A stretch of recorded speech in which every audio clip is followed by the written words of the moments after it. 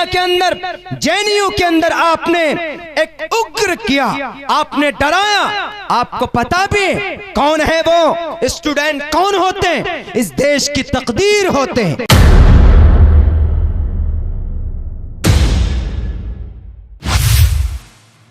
कौन से चक्की का आटा खाकर बैठे हैं ये संविधान को बदलने चले। संविधान को नहीं बदला जा सकता। हम मरते दम तक प्रोटेस्ट जारी रखेंगे। हम मरते दम तक हिंदुस्तान के संविधान को बचाने के लिए सड़कों पर रहेंगे। अगर तुमको इस बात का गुरूर है, हमारे पास प्रचंड बहुमत है, हमारे पास 303 एमपीज हैं, तो हमको भी गुरूर इस बात का है 1 अरब हिंदुस्तान के हिंदुस्तानी हमारे साथ हैं। 1 अरब की तादाद ज्यादा होती है 303 के मुकाबले में। और एक बात याद रखना, इस धरती के ऊपर तुमसे भी बड़ा बड़ा जल्लाद आया है। अमेरिका ने सुपर पावर ताकत दिखाया, अफगानिस्तान के अंदर हार कर चला गया। इराक के ईंट से ईंट बजा दी, हार कर चला गया। सोवियत यूनियन के टुकड़े हो गए।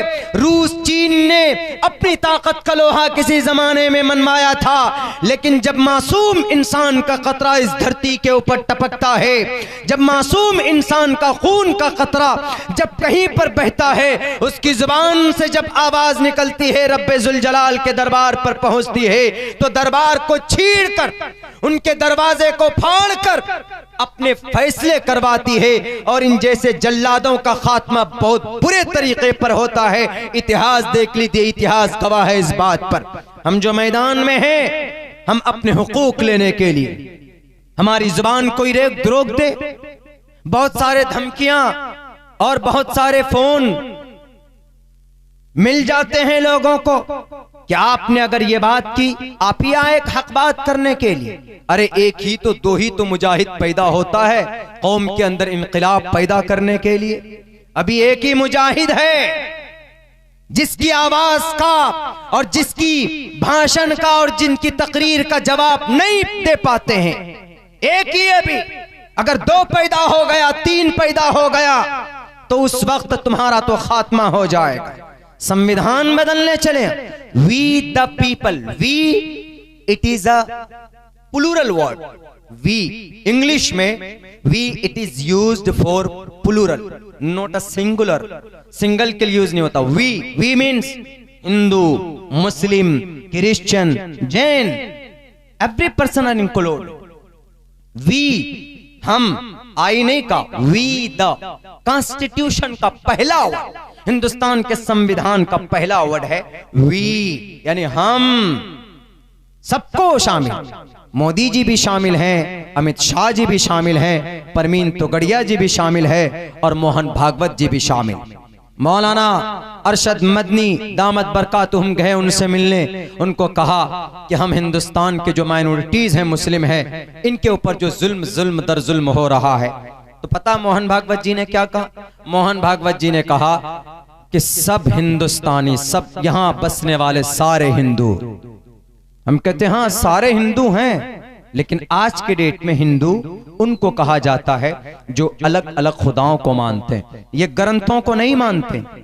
ये जो बैठे हैं कुर्सी पर, ये ग्रंथ को नहीं मानते, अपने ग्रंथ को नहीं मानते। आप तो मानते हैं, हम तो मानते हैं। हमारा कोई भी मसला अटक जाता है तो हम मौलाना साहब के पास जाते हैं। फ़इन तनाज़अतुम फ़ी शैइन फरुद्दूहु इलल्लाहि वर रसूल।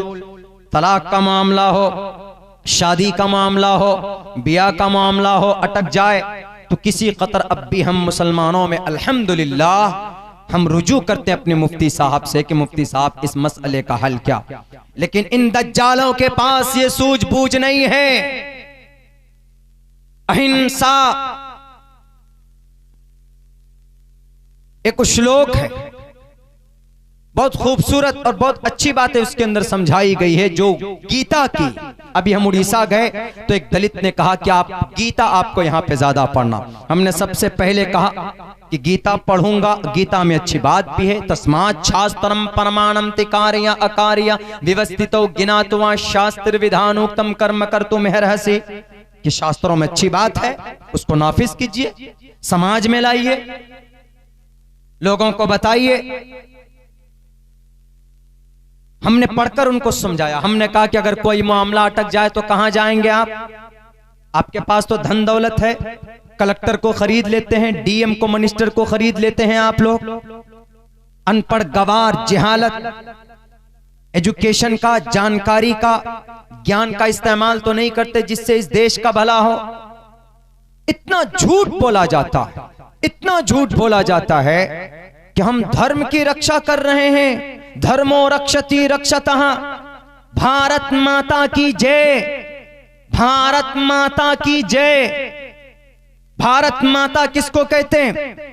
लखनऊ से आए हुए मैसेज मीडिया वाले, ये मीडिया वाले, मैं जानता हूं कि मेरी स्पीच रिकॉर्ड हो रही, मेरी इस बात को पहुंचाना, इन आरएसएस के बेलगाम घोड़ों को बताना आप, और आदरणीय मोहन भागवत जी से भी कहना, और आरएसएस के मेरे उन राष्ट्रीय स्वयं सेवक के भाइयों से भी कहना, भारत माता किसको बोलते हैं? जब सुभाष चंद्र बोस चंदा करने पहुंचे थे इस देश को आजाद कराने के लिए, तो एक दानिश नाम का आदमी था, उसने लाखों रुपए दिए चंदे में कि सुभाष चंद्र बोस आप आजादी के लिए लड़ रहे हैं, हमारे पास दौलत तो है, हम आपको दौलत दे रहे हैं, ताकत मेरे पास नहीं है। वहीं पर एक बूढ़ी माँ थी, उस बूढ़ी माँ ने कहा कि सुभाष चंद्र बोस मेरे पास आओ, हम आपको कुछ नहीं दे सकते, मेरी आशीर्वाद तुम्हारे साथ है। सुभाष चंद्र बोस ने कहा कि माँ ये बताओ तुम्हारे पास कोई औलाद है? उन्होंने कहा कि मेरा एक बेटा है जो जवान। उन्होंने कहा कि उसी बेटे को दे दो। उस माँ ने उस जवान बेटे को तन्हा, अपनी जिंदगी का एक सहारा था, बुढ़ापे की एक बैसाखी थी, उस बेटे को दे दिया कि सुभाष चंद्र बोस ले जाओ, मेरे इस बेटे को इस्तेमाल करना, अगर इस देश की आजादी में मेरा ये बेटा काम आ जाए तो मैं गर्व करूंगी, मुझे फख्र है, इस बात पर फख्र होगा। वो बेटा गया, बेटा शहीद हो गया। शहादत के बाद एक कॉन्फ्रेंस बुलाई गई, सुभाष चंद्र बोस खड़े हुए और उस माँ को बुलाया गया। लोगों से पूछा कि मेरे भाइयों भारत माता को देखा है? तो सबने कहा देखा क्या, हमारा हिंदुस्तान भारत माता है, हमारी इस देश की मिट्टी भारत माता है। उन्होंने कहा नहीं, तुम सब झूठे हो, तुम्हारी जुबान में सिर्फ ये अल्फाज हैं, भारत माता की जय। अगर असली भारत माता को देखना चाहते हो तो इस बूढ़ी माँ को देखो जिसने अपनी जवान बेटे को इस देश की आजादी के लिए कुर्बान कर दिया। ये माँ भारत माता है। उन गद्दारों से पूछो जिनकी आजादी के अंदर कोई कुर्बानी नहीं है, उन ABVP के स्टूडेंट से पूछो, जामिया मिल्लिया JNU के अंदर जुल्म करने वाले उन शराबियों से पूछो जिसने स्टूडेंट के ऊपर हमला कराया।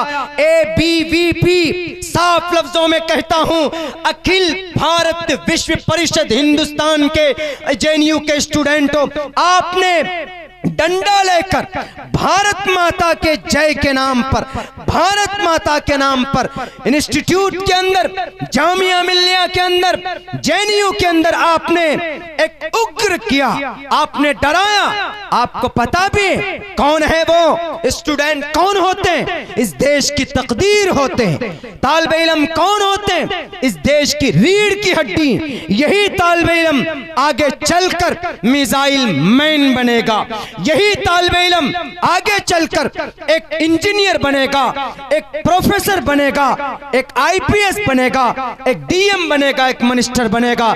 लेकिन तुमने तो बस सोच लिया है कि भारत माता की जय जुबान से नहीं, दिल से मोहब्बत का इजहार करो, और दिल से मोहब्बत का इजहार इस देश का मुसलमान करता है और हजारों हिंदू भाई करते हैं। और इस प्रोटेस्ट में सिर्फ मुसलमान नहीं, मुसलमानों से कहीं ज्यादा हिंदू भाइयों की तादाद। क्यों?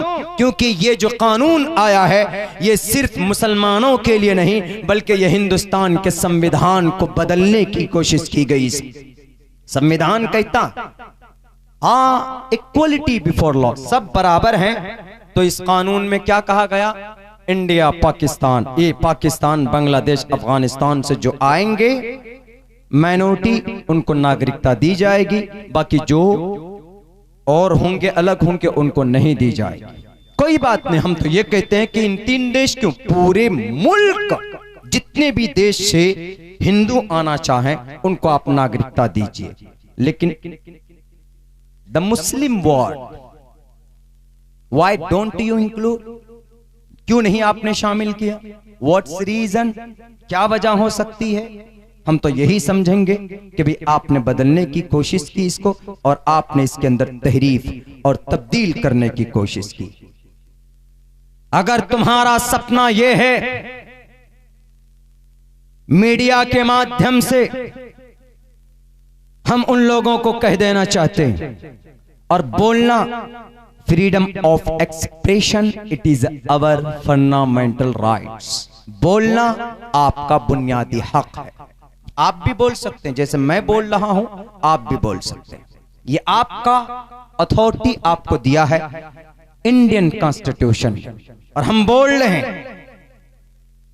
अंग्रेज आया 1700 के अंदर, कब्जा किया, कहां गए थे ये लोग, ये चड्डी पहनने वाले लोग कहां गए थे उस वक्त जब आजादी के नारे लग रहे थे? सबसे पहले कौन गया लड़ने के लिए? कलकत्ता की सरजमीन पर कौन गया था? अली वर्दी खान कलिमा पढ़ने वाला था। उसके बाद जब वो शहीद हो गए तो कौन गया? सिराजुद्दौला गया था। 1755 के अंदर, 1799 के अंदर कौन गया था? श्रीरंगापट्टनम के मैदान में कौन था? पूछो इन भगवाधारियों से, इन बेलगाम घोड़ों से, इस देश के खोखले देशभक्ति का दावा करने वालों से कौन गया था? 1799 के अंदर टीपू सुल्तान गए थे। टीपू सुल्तान की जब लाश बिछ गई, उसका सर कलम कर दिया गया, तो जनरल हॉर्स उस